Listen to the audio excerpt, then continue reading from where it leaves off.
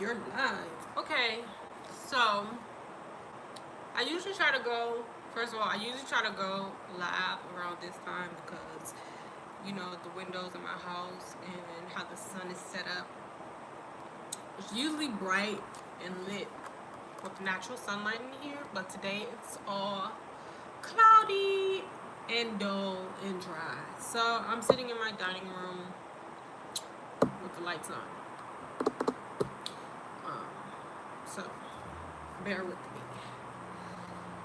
It's like the chandelier is creating a shadow, so that's like what's behind me. Don't freak out. And I have my roses, dead roses. I love dead roses. I'm gonna hang them upside down. Probably that today. Yeah, they still soft, so I'm gonna hang them upside down. And if those of you who all don't know, like if you hang the roses upside down, it keeps the petals from falling off, and you can literally keep them forever. Um. So what was I? All right, before I get because I can ramble. Before I get off topic, the title of this live is "What Amber Rose Said." Yeah, what she said. Okay, and I'm just gonna piggyback off of something that she said on the Shade Room that I saw last night. Was it last night? I saw it last night. I don't know how old it is, but it was in the Shade Room last night on their Instagram.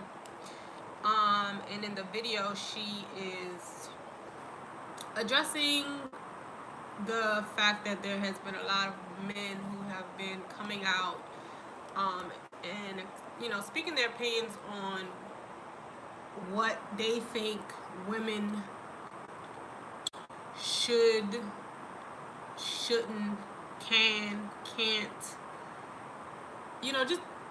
just imposing, their beliefs on these women. I should have got a tissue. All right, pause 1 second. Yeah, just imposing their beliefs on these women. 1 second.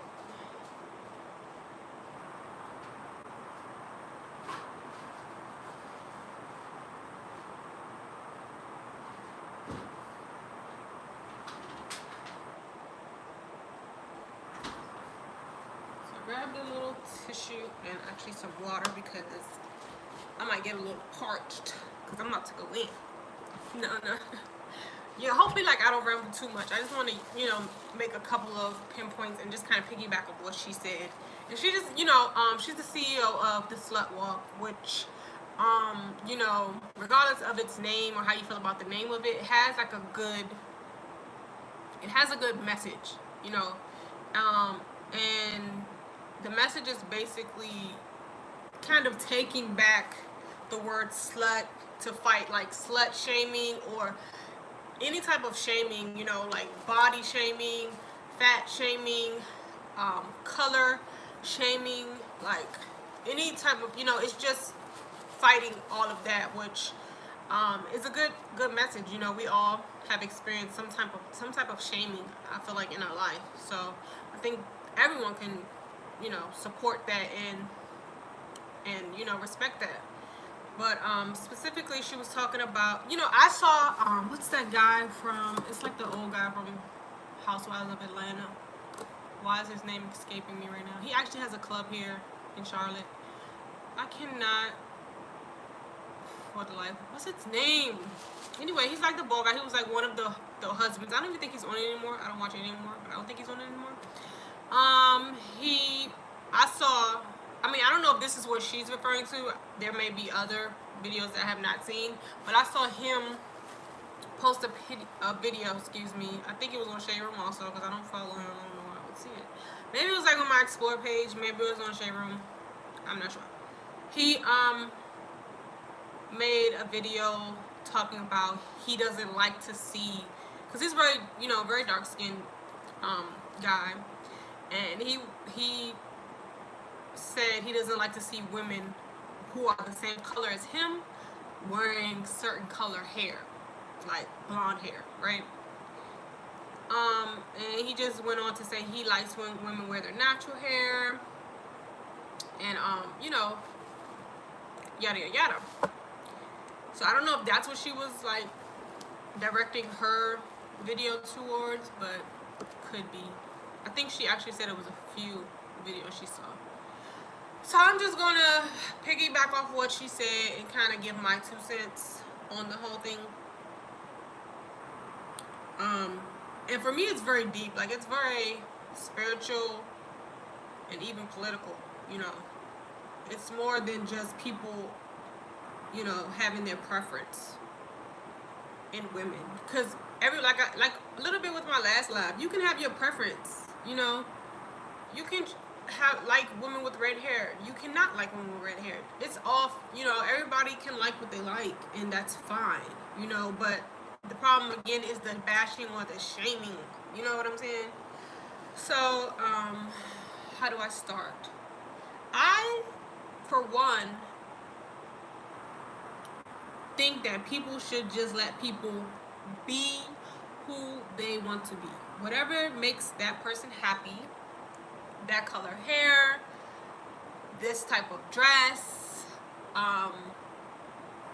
this type of lifestyle, whatever it is that makes that person happy. And I hope that the microphone isn't like, it was so much noise, but I think it was because I was close to the window last time. And I'm getting a microphone, so bear with me. I hope you guys can hear me clear.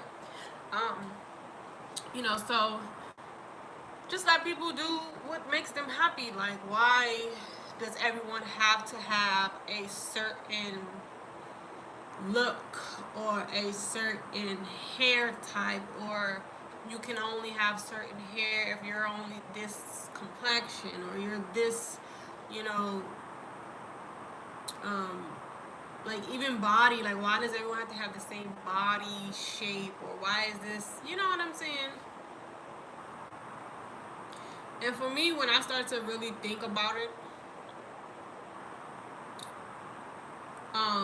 it's a real shame because women,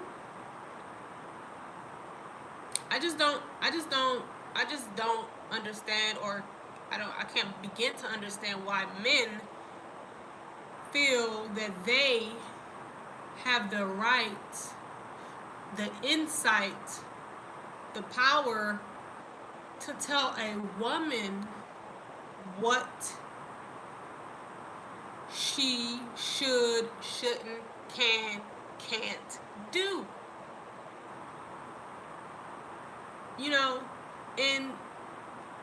And it's in every aspect of life, from politics to religion, with like certain laws, like the abortion law,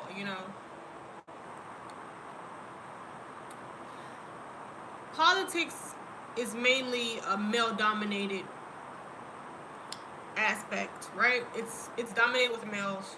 There are women politics, but it's dominated with males, right? And for the most part, the society that we live in is dominated and controlled by the male. This is a patriarchy that we live in, especially if you're in America, right? All over really, but and if we really think about history,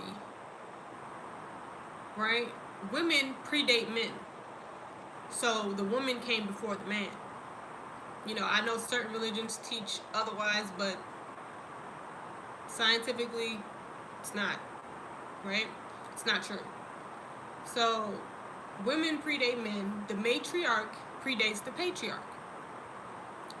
And if you know any history, or you've done any, research on past civilizations and these things, you know that women ruled. Women were the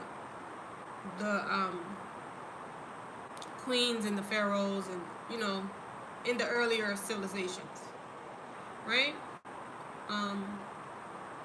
So this is something new, that men have come into power and are the ones to create and make and pass these laws and create these religions that tell women, oh, you can dress this way, or you can't dress that way, or you can't wear red lipstick, or you can't show your face in public. Like, I'm not trying to attack anyone's religion. I understand it's just culture. It's, to each his own. But I'm just saying, why do men feel like they are superior or hold more power than women when we give birth to the man and the male and the female. Women, for you to exist in this physical realm, you have to pass through a woman's womb. The portal from spiritual to physical. The woman gives life. So how and why would a man ever logically, because men are logical, why logically do you think you are superior and are to rule a woman? That doesn't make sense logically. That's like, you know, that's like, I'm trying to think of an example. That's like that's like your child telling you what to do, you know? Something that you birthed and raised and created, growing up to tell you what you should, and can't do. No. That doesn't logically make sense. You know? And men can argue that everything a woman does is to attract men. Yes, women like to appeal to men. But if if there are so many men, even with the Meek Mill thing about the lace wigs, like he's boycotting the lace wigs, or he wants to do it with the lace wigs, right? It's not gonna happen. But okay. If everything a woman was doing was for a man, then it wouldn't be so many different pinpoints where men have to speak out and say, hey, we don't like this, we don't like that, we don't like this. Even the whole makeup, when makeup started to become big and all the girls were like beating their face and slay, men were like, no. But that didn't stop nothing, because women don't do what they do for men. Women do what they do because that's what makes them happy. You know what I'm saying? So at the end of the day, even and to me, it aids in that like rape culture, where it's like, oh, if you dress this way, or if your skirt's this short, then you are asking to be raped, or don't dress like that because you might be raped. Instead of saying to men, don't rape women. Period. I don't care if the girl is in the nude. It's not okay for you to rape women, and it doesn't mean she's asking for it. You know what I'm saying? That's just wrong. Or to little girls, you know, oh, go put on some pants. Don't have on your dress. Your brothers are here, your uncles are here, or your cousins are here, your male cousins are here. Instead of wondering or addressing why would male family members be looking at little girls in a sexual way. You know, it supports that rape culture. Instead of it, you know what I'm saying? Instead of like punishing or addressing the predator, you question the victim. Why were you out late? What did you do? What were you wearing? Like, none of that matters. You know, women should be safe at any time in any dress. You know what I'm saying? And to me, because society is now ruled, or, you know, the white male community is who's in control of society right now. And society is filled with insecurity and envy and greed. No coincidence. To me, it's not a coincidence. You know what I'm saying? I think that some women are empowered by nudity. I think some women are empowered by modesty. Period.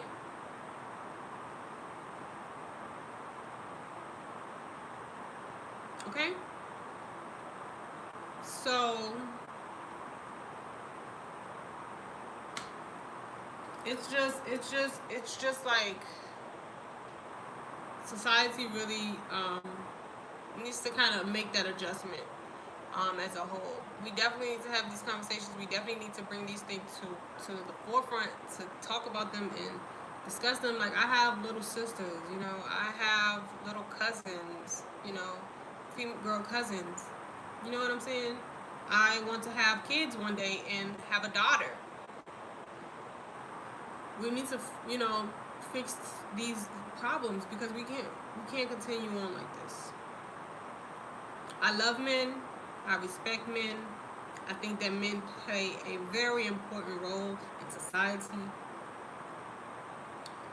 But in my opinion, and in history, in my opinion, is based on history, men were not made to rule. You know what I'm saying? Men were not made to rule. Men were made in their, in nature, they are to provide and protect, not to rule over anyone.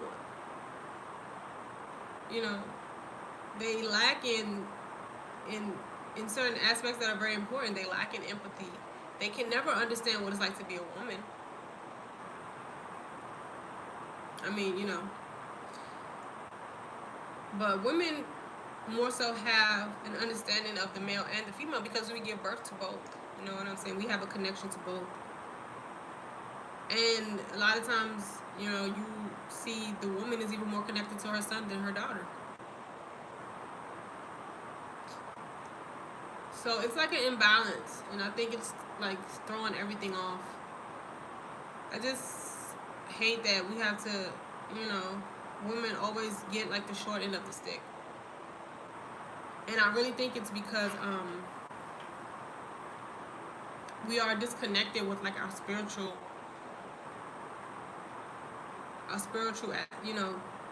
with divinity and our spirituality. A lot of people really just exist solely in the physical realm. And in this physical realm, men are physically stronger, so they automatically feel superior to women. But y'all forget, or don't forget, that we are spiritual beings first before we're physical beings. We're spiritual beings in a physical body, not physical beings with spirituality. You understand? That dynamic is very important to consider when you're trying to understand just the world right now, the state of society and the populace. So when you consider that men, yes, are stronger physically, and we are connected, and more people are connected to their physical reality than their spiritual reality, you see how that imbalance has been able to rule and has been able to exist for however many years. But it's like, that your mom birthed you, that she held you in her womb for 9 months, or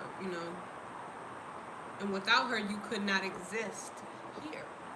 And people say, okay, well, and then the male will argue, no, well, y'all need the man too. The man creates the child too. No, actually, women don't need men to procreate. That's also science. That's also in history. So if you like research, you can research like the Bartholin gland, and it'll explain to you how women actually have a gland that secretes the same substance that is the male semen. And before the first man ever existed, women self-procreated. Even in the Bible, if you're a Christian, if you want to like talk about that in the Bible, Mary was a virgin. Y'all got to understand that the Bible is more so like metaphors. It's not literal, you know. So it basically says in the Bible, if you kind of just decode it, that Mary self-procreated. They said God put the baby in her stomach in the Bible, but who's God? I could go into that, but I don't want to go in too deep. So actually, and there's actually, I think indigenous and some Native American tribes who still practice it, you know. But y'all gotta understand that our ancestors, and I'm talking like beginning of existence, were way more spiritual than we are. They were way more connected with the spiritual world than we are. You know what I'm saying? For one, once we started to eat cooked foods, we lost a lot of our connection. We lost a lot of our senses. And I'm not talking about smell, taste, hear, those. I'm talking about like telepathy and right, and all the, you know, other senses, and clairvoyancy, like all types of senses. We lost when we started to consume cooked foods. And like I said, I could go on and on, but I don't want to go too much off of the topic. So women can create without men. So that says that woman is the source. You know, closer as we're going to get to it anyway, in this physical world. So why would a man think of himself superior to a woman? Logically doesn't make sense. That's the source. Everyone has to come through a woman to exist. You should never feel like you are above her in a position where you can't create laws or, you know, anything to tell her what to do. You know, not being biased. Like I said, I love men. I respect men. I, you know and acknowledge that men are very important to society, right? I'm not trying to be like sexist. I don't even consider myself a feminist. But I am a woman who has seek knowledge of self, and I've done the research. And there's a lot of misconceptions, you know, that society is run by. And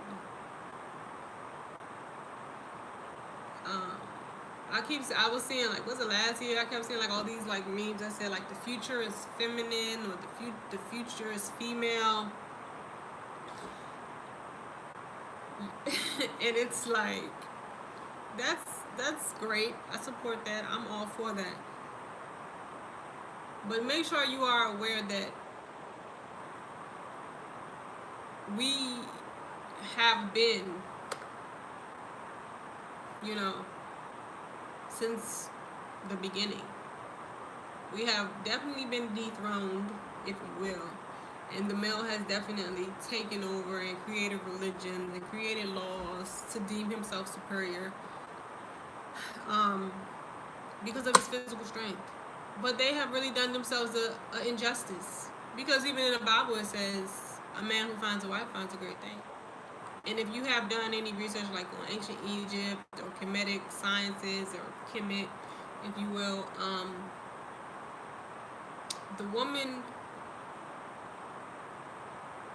was acknowledged for her for being an oracle, you know, being the connection for her man or her husband, being his connection to the spiritual, to the universe, right? And we need to get back to that, you know, especially as melanated people, you know. And I just want to share that and give those like little facts, because we gotta come together as women and really take back our power. You know what I'm saying? No man should tell you, you know, what you should and shouldn't do. Everybody has the right to like and dislike whatever they choose. But why does even if we take the gender, if we take gender out of it, why does one person feel they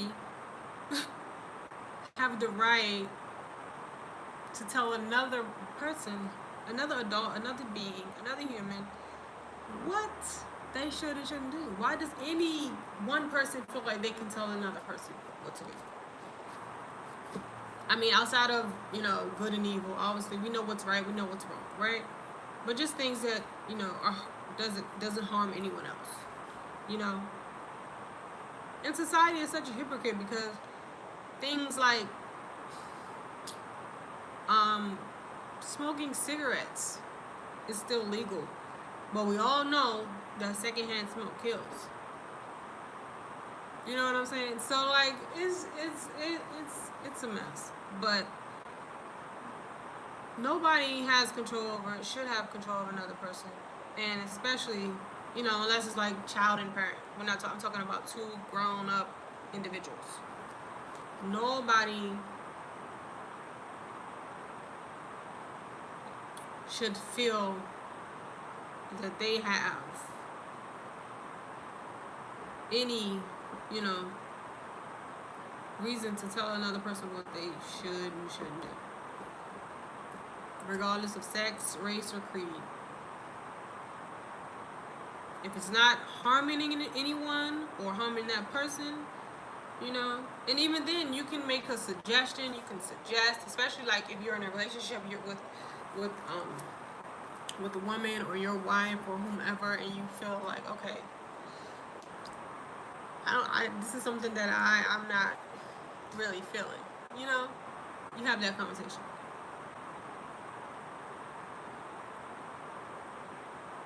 But I think men are really getting ahead of themselves by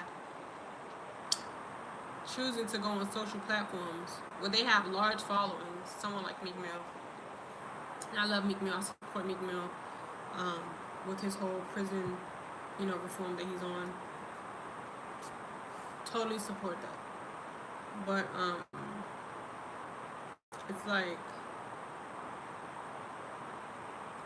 you know, if you don't like lace fronts, don't date women with lace fronts. And the other guy, I can't remember his name, the guy from Housewives I was talking about earlier. Excuse me, I want to damn my nose. If you don't like women with blonde hair, don't date women with blonde hair. That's fine.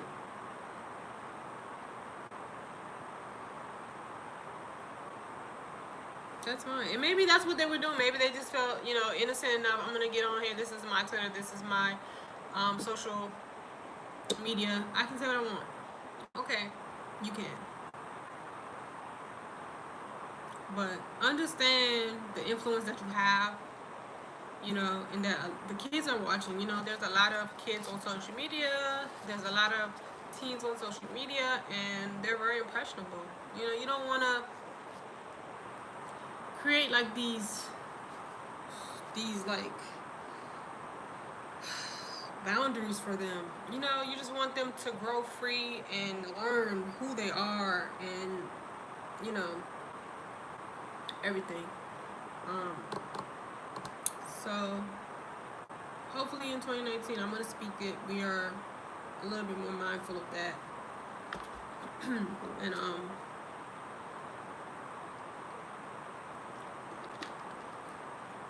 And that women realize, you know,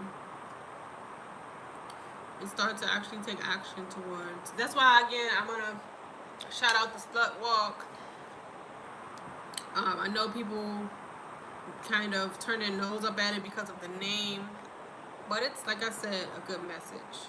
You know what I'm saying? We don't support bashing. We don't support shaming of any kind.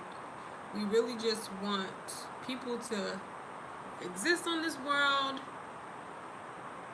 as their natural selves without having to worry about being bashed or being shamed or bullied, or whatever. You know what I'm saying?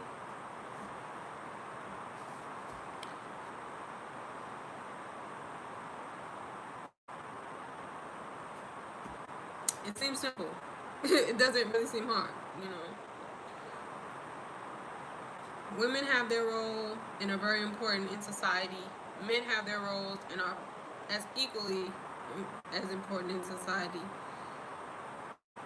Everybody is important. Everybody is an individual. Everybody has a purpose. Everybody was created beautifully and perfectly. Perfectly imperfectly. You know? I know personally, I can remember very vividly being like a preteen and being a teen and being just so subconscious about everything, like my body, my skin, my hair, my clothes, like everything. And I really just wish I could go back and tell like my little preteen self, you know, do not lose sleep over these things because somebody is going to love you. And that somebody is you. Like, you know, and I think it's something that everybody kind of deals with, and it's something that is definitely a part of getting to know yourself and loving yourself, and you know, the journey of self, pretty much, right? It's something that it's kind of inevitable, even if you grow up in like in a utopia where your parents or like your parents, your family dynamic is perfect. You know, you go to the perfect school, you have perfect friends, you have perfect hair, perfect skin, perfect body, whatever that is to you in your eyes, right? Where everything's perfect. Seems so boring, right? It would probably be super boring. Now that I'm thinking about it.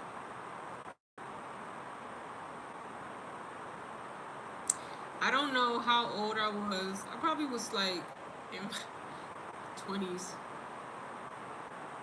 I don't know how old I was when I just came to the like conclusion that I'm just gonna be happy with myself. Like, I'm not perfect. I have scars. I have, you know, things that I don't like about my body. I have things I don't like about my skin. I have things I don't like about my hair. I have things I don't like about my life, about my family. I have things I don't like about everything. Like, nothing's perfect, but I wanted to just like be like free and just let go of like all those like expectations and like labels and like, you know, and like just let go of that whole mentality and just kind of judgment, you know, like just let go of all of that stuff that we're kind of conditioned, you know, and exposed to from very young. And I constantly, you know, I'm at the age now where I'm thinking about like starting a family, and I think about like my kids, and I just see like, you know, and I get like anxiety almost because I like literally want to be like the perfect parent. I literally want to teach my kids like everything I wished, you know, my parents had taught me, or be like the parent that I wish my parents were. You know, I love my parents, and you know, I would be the person I am now without them. You know what I'm saying? But just like you know, just like things that, you know, I think a child should have, or just whatever. And I get like anxiety because it's like, oh girl, you I don't, you know, just like, how do I deal with like if my child, you know, experiences bullying? You know, I'm obviously gonna from day one teach them like self-love and their worth, and you know, encourage them and just be overflowing with love for them, and affection, and just stuff I feel like I lacked as a child, you know. But it's like even the perfect parents aren't perfect, right? You know, I want to like be married. I want to like have like a two-parent household. Like, you know, I didn't have that, so it's like everything that I didn't have, I kind of want. And some of the stuff that my mom raised me on, you know, I do agree with, and I think actually helped me, but I just have a whole different idea, you know. And in my head, it's like my kid's not gonna be on social media until they're grown, but like, you know, realistically, like they're gonna be on social media, and social media is so scary to me for kids because I am an adult and I get on social media and I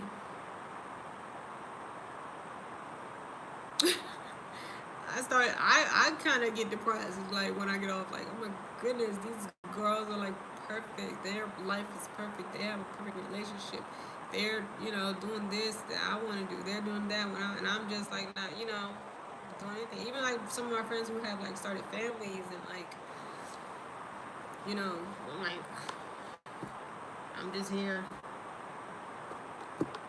you know. You know, like even like I remember specifically like after high school,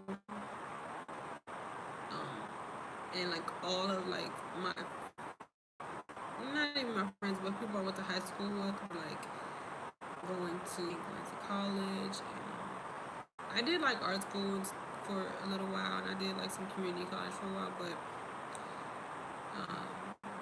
that wasn't a priority for me because I was struggling with my health at that time, and my mom just,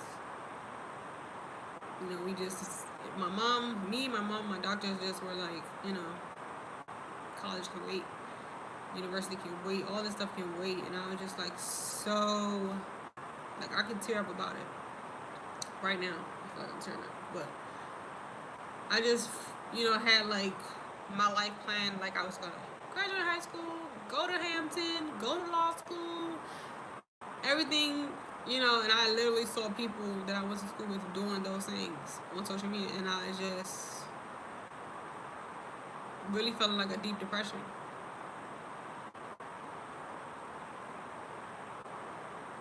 Excuse me, I don't want to cry. But yeah, I really like fell into a deep depression, and I just had to like see, you know, and not that they were great. I was so happy for them.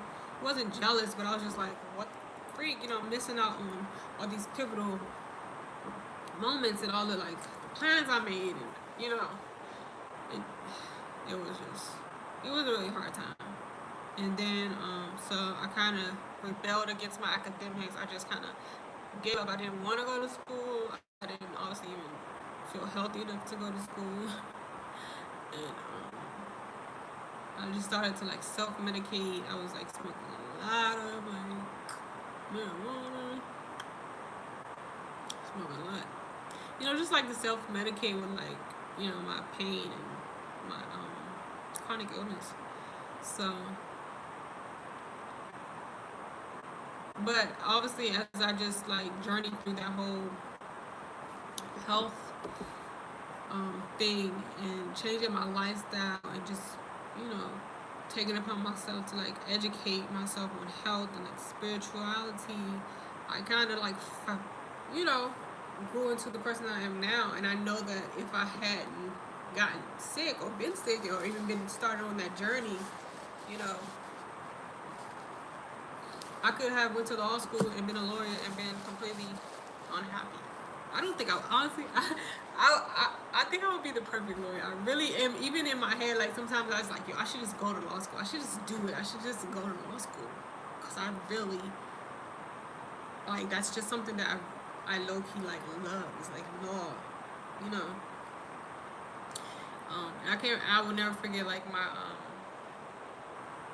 was it my 8th grade teacher or my 7th grade teacher? One of my teachers, like, I think it was my English class, and we had an assignment or something, and I don't know what, I can't remember what exactly what, but I, like, had to stand up and, like, explain something, and I just was like, on point with it, and she was like, "Girl, you need to be a lawyer."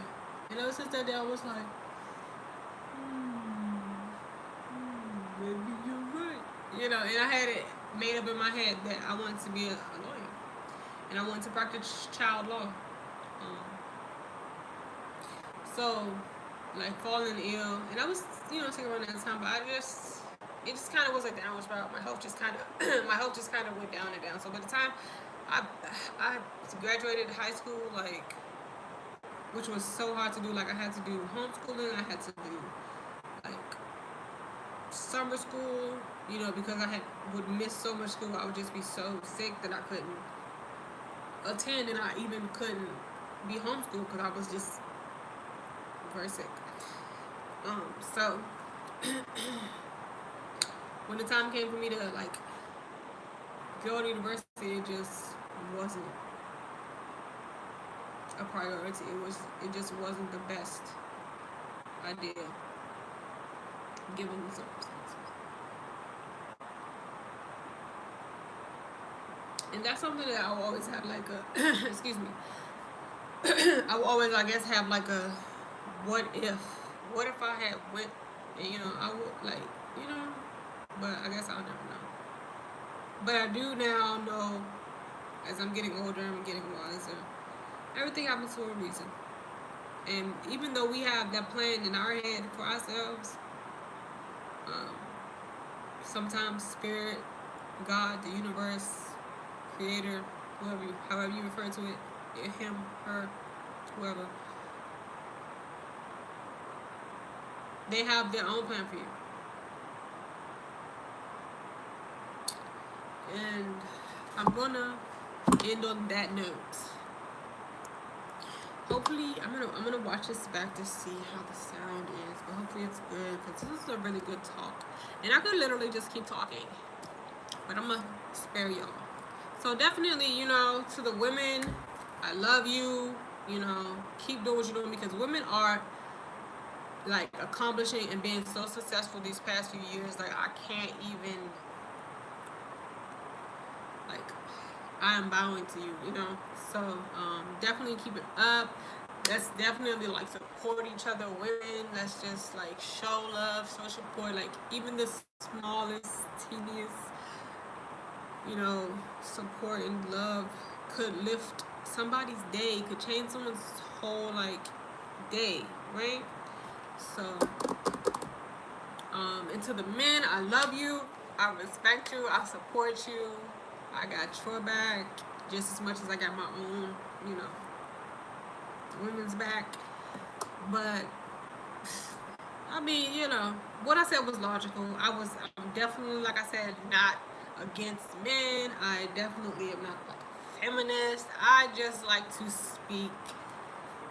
I have an opinion. It's an educated one, if I do say so myself. So I just try to, put those different like different like things out there for people to just kind of, consider when they are coming up with their own philosophies or their own standpoints, right? Open for the conversation. Let's talk about it. Let's address it. Let's take those strides, those steps, in the direction of just like a healthy society, man. Health is wealth in every way, shape, and form. So please like, comment, subscribe, whichever your heart calls you to do. Like I really would like for you to comment like what you think about this video because like I said, the conversation is very important to have. And feel free, I don't take anything personal. This is not personal, to anyone. I'm not trying to offend anyone. I'm not trying to argue. I'm just here to have an adult conversation, right? So do like, comment, subscribe, share, and until next time, I love you so much. Thank you.